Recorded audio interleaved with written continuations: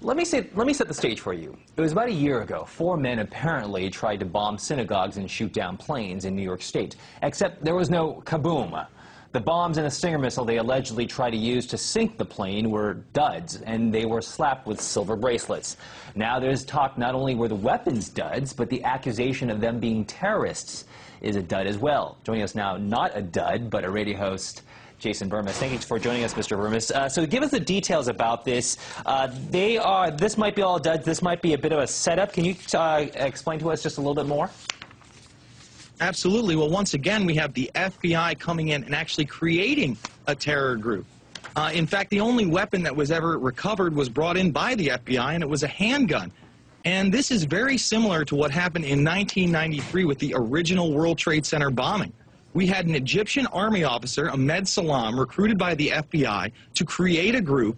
And in fact, he was the one that not only created the bomb that went off in the World Trade Center in 1993, but it was supervised by both the FBI and the district attorney. So we see this again and again and again. In fact, during 9/11, 2 of the alleged hijackers actually lived with and rented from an FBI informant. Okay, Mr. Burmis, a lot of people out there will probably say that your accusations are preposterous, but based on the information I've read, there's a lot of evidence saying that this might be the case.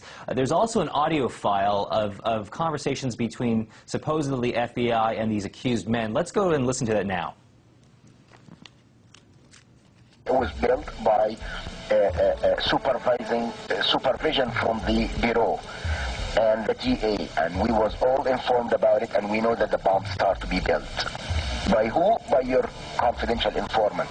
What a wonderful, great case. Okay, so that's an audio file that could be evidence. That, I think, comes from your documentary, but then also there is a little bit more evidence besides just that. Can you speak on that a little bit more for us? Absolutely. You can find this information in my newest documentary, Invisible Empire, A New World Order Defined, over at Infowars.com. And what you were just listening to was that Egyptian informant talking to his FBI handler, John Antisev. And again, we see this over and over and over again. These terrorists are not allowed to create these groups or do these attacks without this type of supervision. Even look at the underwear bomber. We now know from eyewitness testimony that he was brought on the plane by a sharp-dressed man who said that he didn't need a passport and that he was a Sudanese refugee. How are all these terrorists getting through if it's not through organizations like the FBI and the CIA? It seems like when the average Joe makes a report to the FAA, the CIA, the FBI, it's ignored. Why does that happen? Okay.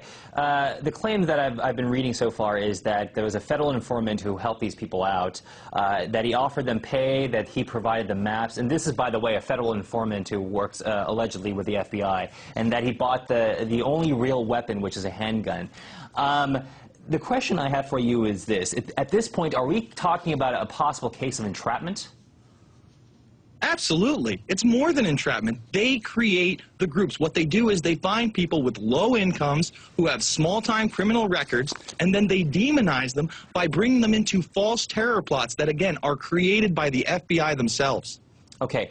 Then the question, the million-dollar question is, why does the FBI do something like this? If they did, in fact... Well, they have to have a reason to have the Department of Homeland Security. They have to have a reason to have all these CCTV cameras. They have to have a reason for the expansion of their command system control grid, where they literally track, trace, and database everything in our lives. And what is that? It's the fear of terrorism. Okay. We had this conversation before, but this kind of throws a whole question, a haze over this term terrorist then, once again, does it not? Absolutely, because again, these people are supposed to have a political goal that they are going to carry out through violence, and the only violence proposed here was by the FBI informant. And this, again, was not even an organization until the FBI got involved. Again, they prey on the weak, they prey on the poor, they prey on low-level criminals, and they trump this up in the media as if there's some great threat from Al-Qaeda blowing up your home. This claim that the FBI was actually directly involved with this, how much traction is it gaining in the American public and in the media, and what are what's the chances that this claim that the FBI was in on this the entire time, how is that going to hold up in court for these 4 men? Well, it'll be interesting to see how it holds up in court, and really that's the only way we'll find out how far this went. But I suspect at the end of this, these people will be exonerated. The FBI will be looked at. There will be some slaps on the wrist. But it won't be talked about much in the mainstream media and in the American public because, quite frankly, they don't know. These are the type of stories that are on page 17. They're written once and then never followed up on. Okay, let me ask you maybe a more of a page 22 question here. But do you by chance, could you by chance explain to us the difference between maybe entrapment, the concept of entrapment in a legal setting versus a sting operation?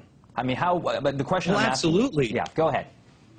Yeah, absolutely. If I'm out on the streets and I'm actively looking for somebody to help commit a crime with me for a political goal at the end, that would be me going out to commit a crime.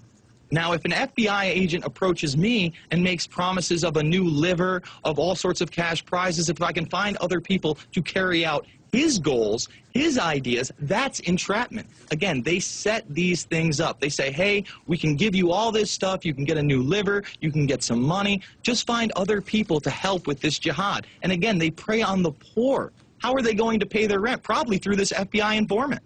Okay, well, Jason Burmis, some very, very interesting thoughts to have on this alleged terror plot.